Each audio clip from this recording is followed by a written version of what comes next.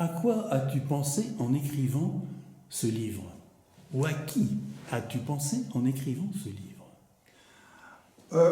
La première réponse est à mon père, certainement. Parce que mon père voulait être médecin, il n'a pas pu réaliser son rêve, et donc j'ai pensé que moi je pouvais le réaliser. Quels sont les lecteurs, les premiers lecteurs pour lesquels tu as écrit ce livre? C'est les patients, c'est le malade. Parce que je voulais expliquer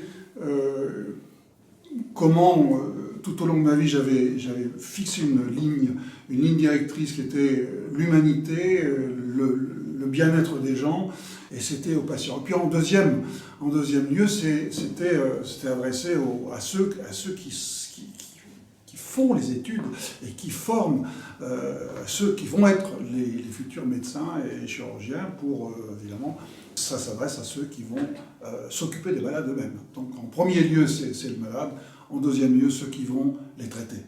Le titre de ton livre, c'est « Chirurgien, corps et âme ». Qu'a à faire le chirurgien de l'âme? Eh bien, je pense qu'un certain nombre de qualités présupposées du chirurgien sont nécessaires pour s'occuper des corps. Je pense que la motivation principale du chirurgien doit avoir sa substance dans ses viscères et puis dans son âme pour pouvoir bien traiter les corps et utiliser les mains qui vont s'occuper du corps de façon éthique et humaine. Autrement dit, pour être un bon chirurgien, il faut avoir une belle âme. Oui, avoir une belle âme, c'est ce que disait Ambroise Paré. Il dit, voilà, la chirurgie, c'est une question d'âme. Être chirurgien, est-ce un privilège? Eh bien, on peut considérer que oui, parce qu'il va voir ce que le médecin en général, lui et les autres, ont supposé être le bon diagnostic. Voilà. Donc c'est peut-être le privilège d'aller voir et de pouvoir agir. C'est un privilège, mais ça demande beaucoup de devoirs aussi. Devoirs vis-à-vis du patient, parce que c'est quand même une transgression majeure d'ouvrir les corps et qu'on a certes des privilèges, mais on a des devoirs de respect. Et je pense que ce devoir de respect est la base de tout. Dans ton livre, tu parles de la trace que tu veux laisser à tes descendants. Est-ce que la trace qui est la cicatrice que tes malades portent ne suffit pas? Est-ce qu'il a fallu l'écrire? Alors j'ai pensé que effectivement l'incision n'était pas une trace suffisante pour permettre de pallier l'oubli.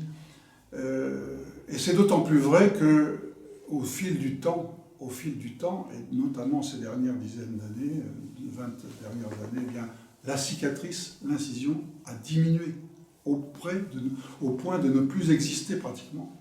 Et est-ce qu'on peut dire quand même que les corps sont appelés à mourir et que les écrits resteront?